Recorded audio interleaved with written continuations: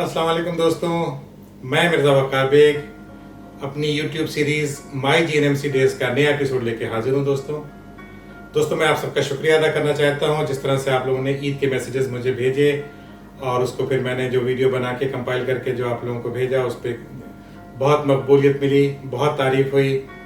सभी ने उसको, सीनियर जूनियर सब ने अप्रिशिएट किया।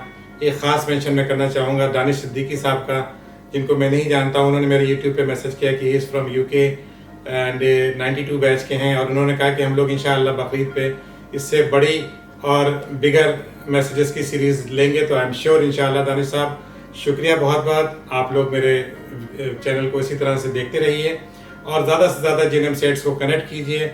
और बकरीद के आसपास मैं चाहूँगा कि सारे सीनियर्स जूनियर्स और मेरे कलीग्स अपने वीडियो सेंड करें ताकि हम लोग और बेहतर तरीके से एक दूसरे से कनेक्ट हो सकें। आई थिंक कोविड के दौरान जहाँ पर लॉकडाउन है, इससे अच्छा कनेक्ट होने का तरीका नहीं हो सकता था, इसीलिए मैंने सोचा कि सबका वीडियो कंपाइल करके भेजा जाए।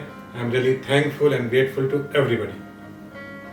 दोस्तों मैं यहाँ पर मैं कहना चाहूँगा कि अगर अभी तक आप लोगों ने मेरे चैनल को सब्सक्राइब नहीं किया है तो प्लीज़ इसको सब्सक्राइब करके बेल आइकॉन ज़रूर दबा दिए ताकि मेरा जैसे ही कोई नया वीडियो मैं अपलोड करूँगा तो आपके इनबॉक्स में उसका मैसेज आ जाएगा। दोस्तों आज जो मैं जिस शख्स से आपकी मुलाकात कराने जा रहा हूँ वो अलीगढ़ के बहुत ही मारूफ और मशहूर डॉक्टर महबूब हसन हैं, जो कि 85 बैच के हैं और पैथोलॉजी में प्रोफेसर हैं। Is a very active person. Aligarh में जो रीयूनियन हुआ था उन्होंने दिलो जान से, जैसे कहते हैं कि बेटी की शादी जैसे की जाती है, उस तरह से उन्होंने मेहनत से उसमें उनका पूरा बैच लगा हुआ था। बट महबूब साहब की ख़ास ये कोशिश थी कि हर इंसान की इंडिविजुअल ख्वाहिशात को भी पूरा किया जाए, उनके आराम का पूरा देखभाल करना और सारी ज़रूरतों को पूरे करने का उन्होंने इंतजाम किया था। Thank you Mehboob for that support. और महबूब जो हैं वो 85 बैच के हैं। 1985 बैच दोस्तों मैं आपको बताना चाहूँगा कि GNMC की हिस्ट्री का एक बहुत बड़ा वाटरशेड था।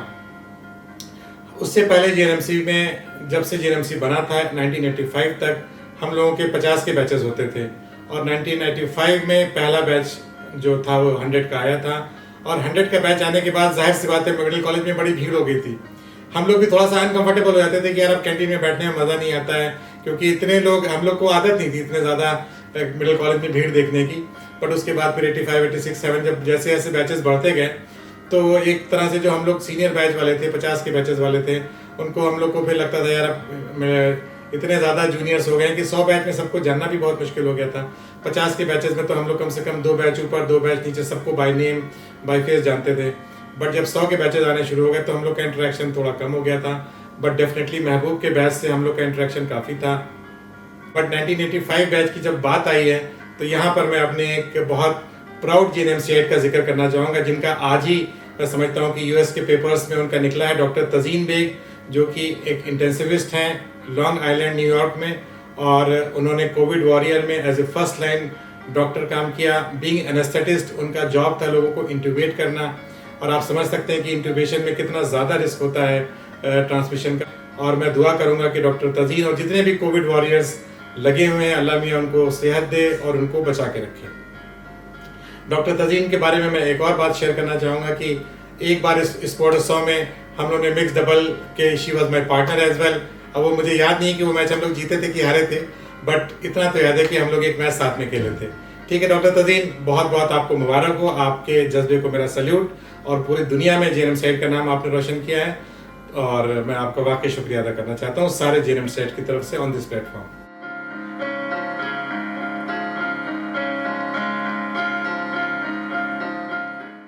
ठीक है दोस्तों, तो अब आइए देखते हैं हमारे गेस्ट डॉक्टर महबूब हसन को क्या कहना है। हेलो दोस्तों, GNMC एलुमनाई ग्रुप के तमाम दोस्तों को मेरा सलाम, नमस्कार, सत श्री अकाल। मैं डॉक्टर महबूब हसन 85 बैच हिस्टोरिकल बैच है जिसमें 50 की जगह 100 लोगों का एडमिशन हुआ था और मैं सेकंड 50 का हूँ। पहले शुरू के 50 लोगों को एडमिशन मिला, फिर प्रोफेसर मेहदी हसन साहब की तमाम कोशिशों की वजह से एक सेकंड लिस्ट आई जिसको सेकंड 50 कहा जाता था और हम लोग उसमें थे। उसमें बड़ी महान हस्तियां थी और मेहदी साहब के बारे में मैं क्या बताऊं। हम लोग बहुत डिप्रेस थे और जब सेकंड लिस्ट आई तो हमें ऐसा लगा कि जैसे हमें जन्नत मिल गई है। और हम लोगों ने जिस तरह सेलिब्रेट किया था वो हम भूल नहीं सकते। और 85 बैच में बड़ी महान हस्तियां थी कुछ, और हैं, मतलब कुछ लोग अमेरिका में हैं, यूके में हैं, और जेएनएमसी में मैक्सिमम लोग जो है वो एब्जॉर्ब हुए थे हमारे यहाँ, जैसे प्रोफेसर अफजाल अनीस, मैं, इमरान अहमद प्लास्टिक सर्जरी, अफजाल भाई सर्जरी, सीमी जगौरब ऑप्थेल्मोलॉजी, देन सबिया काजमी थी जिनका एक्सीडेंट हो गया मक्का के रास्ते में जब वो जिद्दा से मक्का जा रही थी, और दावर हुसैन जो बेहतरीन मोहम्मद रफ़ी को कॉपी करते थे, गाते थे, मनाजिर हसन राजा ग्रेट गजल सिंगर हमारे साथ है। हमारा बैच स्पोर्ट्स में बहुत ही उम्दा था। वकार भाई के बैच को हम लोगों ने फुटबॉल में मात दी थी। एक छोटा सा किस्सा है, एक साहब हमारे दोस्त हैं, अभी भी वो छोटा सा ग्रुप है, उसमें हम एक्टिव हो रहते हैं। उस ग्रुप में कभी कभी डिस्कस भी करते हैं। एक बार हुआ यूं कि बिल क्लिंटन साहब की ओथ टेकिंग सेरेमनी थी, इंस्टॉलेशन सेरेमनी, और जेडीओ में टीवी रूम में बेतहाशा भीड़ लगी हुई थी। लोग जो है एक दूसरे के ऊपर कूद रहे थे, और हमारे एक दोस्त इस बीच पीछे से आए और देखा कि क्या हो रहा है। तो क्या देखा, और उन्होंने देखते ही कहा कि अरे यार, पूछा क्या हो रहा है, तो लोगों ने बताया, तो कहा अरे नॉन मेडिकल ही तो है, क्या तुम लोग परेशान हो, क्लिंटन। लोगों ने कहा क्लिंटन का, क्लिंटन, अच्छा कौन क्लिंटन होगा, क्लिंटन कोई। एनीवे, तो ये क्लिंटन और हिलरी जो डायलॉग था वो बहुत ही मशहूर हुआ। इसी तरह एक छोटा सा किस्सा और है। हम लोग इलाहाबाद गए थे फुटबॉल खेलने, तो सभी लोग खाना वगैरह खा के आ रहे थे। तो हमारे बैच में एक साहब, हमारे ही बैच के हैं, वो अभी भी हैं, हमारे दोस्त हैं, और जब वो शुरू हो जाते हैं मतलब आप लोग समझे, जब वो आशीर्वाद देना शुरू करते हैं अपने लहजे में और अपनी लैंग्वेज में, तो वो बस तमाशा होता है। दिल्ली में भी उनके बड़े चर्चे थे। तो बहरहाल फिर हमने जो है लोग रात में आ रहे थे, तो किसी ने, या मैंने या एक और साहब हमारे दोस्त, उन्होंने कहा कि यार जिनका एडम्स एप्पल प्रोमिनेंट होता है वो बड़े ही एम होते हैं। तो बहरहाल वो तो समझ गए, उन्होंने बहुत गालियां बकी। लेकिन हमारे बैच में कुछ बड़े शरीफ लोग थे। उसमें एक बेचारा शमीमुर रहमान था जो बहुत ही उम्दा फुटबॉल प्लेयर था। तो वो बेचारा अपना एडम्स एप्पल यूं देख रहा है कि कहीं उसका भी तो नहीं प्रोमिनेंट है। एनीवे, वकार भाई बहुत बहुत शुक्रिया आपका कि आपने इस वीडियो के लिए मुझसे कहा। मैं अपनी कोविड पैंडेमिक लॉकडाउन की हालत में वीडियो शूट कर रहा हूँ, खुद ही कर रहा हूँ। जाते जाते एक शेर, कल मेरा बुरा हाल था, मैंने फेसबुक पे स्टेटस भी बनाया था।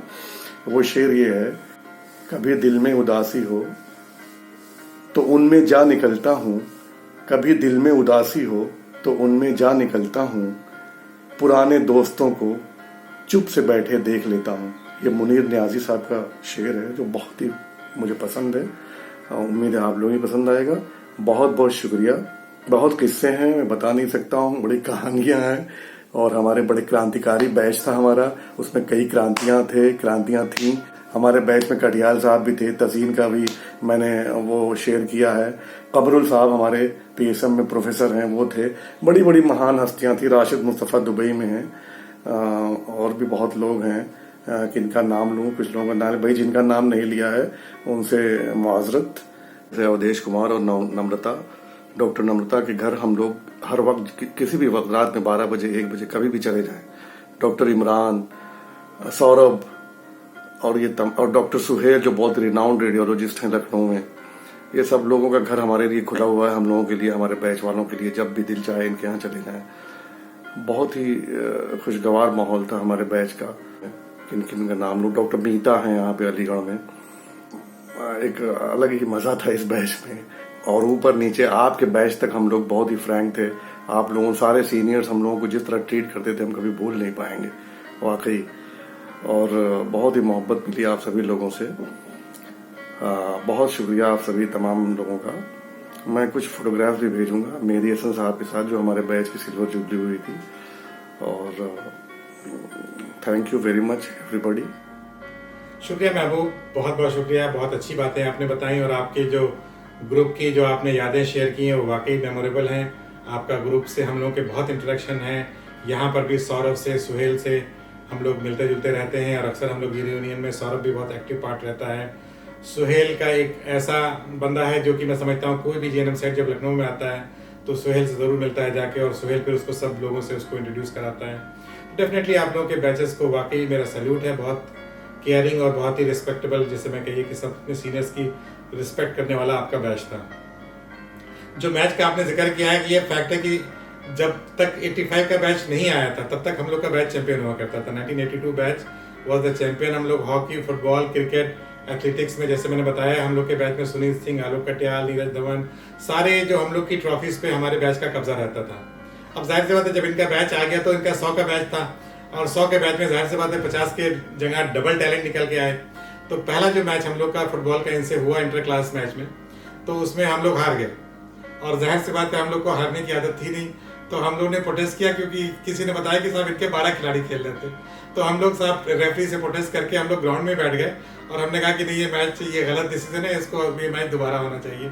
खैर पूरा जीएनएमसी लग गया। मुझे याद है डॉक्टर सत्येंद्र सक्सेना, अफरोज मेहंदी भाई जब नहीं है दुनिया में, वो बेचारे आए, हम लोग को बहुत समझाया, काफ़ी मेरे ख्याल से मान मनोबल के बाद फिर हम लोग माने थे। और उसके बाद से फिर हम लोग जाहिर सी बात है फिर हर मैचेस में, क्योंकि इनका बैच बहुत अच्छा था, उसमें टैलेंटेड लड़के थे जो कि हम लोग को फिर एक तरह से इनका बैच ने फिर काफ़ी ट्रॉफीज पे कब्जा किया और काफ़ी सालों तक मैं समझता हूँ कि इनके बैच का कब्जा रहा होगा। तो ये तो 100 के बैच की बात हो गई। अब मेरा अपना एक जीएनएमसी का मैं सोच रहा हूँ कि अपना किस्सा शेयर कर दूँ। दोस्तों अब हम लोग फर्स्ट प्रॉफ तो खैर पास कर गए, मैं अपने आप में सेकेंड प्रॉफ का जिक्र करूँगा। फर्स्ट प्रॉफ में हम लोग पास करके जब थर्ड ईयर में गए तो यूजुअली मैं समझता हूँ कि सभी का होता होगा कि एक जो खौफ होता था मेडिकल कॉलेज में सेलेक्ट होने का, एनाटॉमी, फिजियोलॉजी, बायोकेमिस्ट्री के टीचर्स का, वो हम लोग का बिल्कुल निकल चुका था। तो सेकेंड प्रॉफ के टीचर्स को और डिमॉन्स्ट्रेटर्स को हम लोगों ने बहुत परेशान किया था और यहाँ तक कि मतलब हर क्लास में हम लोग बहुत हंगामा करते थे। एक जैसे मैंने बताया ना कि हम लोग का बिल्कुल डर निकल चुका था। तो एक किस्सा मैं शेयर करना चाहूँगा। हम लोग माइक्रोबायोलॉजी की क्लास चल रही थी हम लोग की, और एक डिमॉन्स्ट्रेटर साहब थे, मैं उनका नाम नहीं लूँगा। हम लोग अपना तफरी कर रहे थे, बात कर रहे थे, तो एक साहब उन्होंने हमारे बैच के जो इब्ने थे, इब्ने अहमद को खड़ा किया कि अरे इब्ने साहब आप पढ़ाई वढ़ाई नहीं कर रहे हैं, क्या करेंगे अगर आपको पीजी नहीं मिलेगी? तो कहेंगे सर कहीं नहीं मिलेगी तो माइक्रोबायोलॉजी में तो मिल ही जाएगी। तो बेचारे वो इतना शर्मिंदा हुए और हम लोग हंसने लगे। तो इस तरह से ये हम लोग का एक पैथोलॉजी का माइक्रोबायोलॉजी का किस्सा हुआ।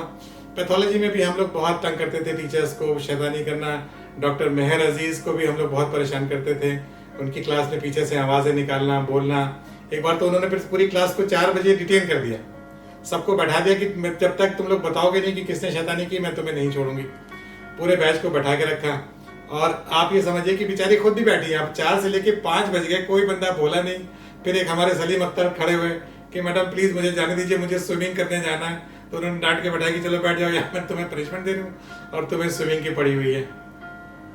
तो इसी तरह से ये हम लोग के किस्से थे। फार्माकोलॉजी के भी बड़े किस्से हैं, वो मैं आपको अगले अपने एपिसोड में आपको कुछ फार्मा के इंटरेस्टिंग किस्से सुनाऊंगा।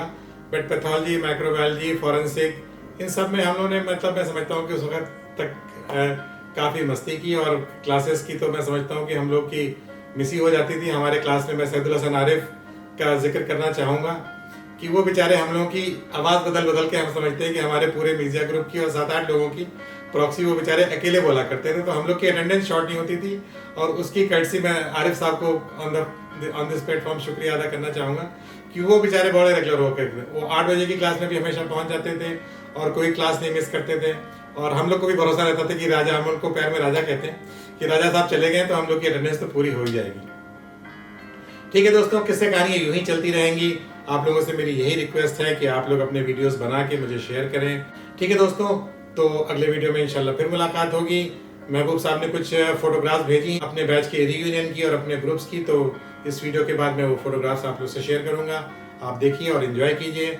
और सभी दोस्तों को मेरा सलाम, बाय बाय, टेक केयर, खुदा हाफिज़।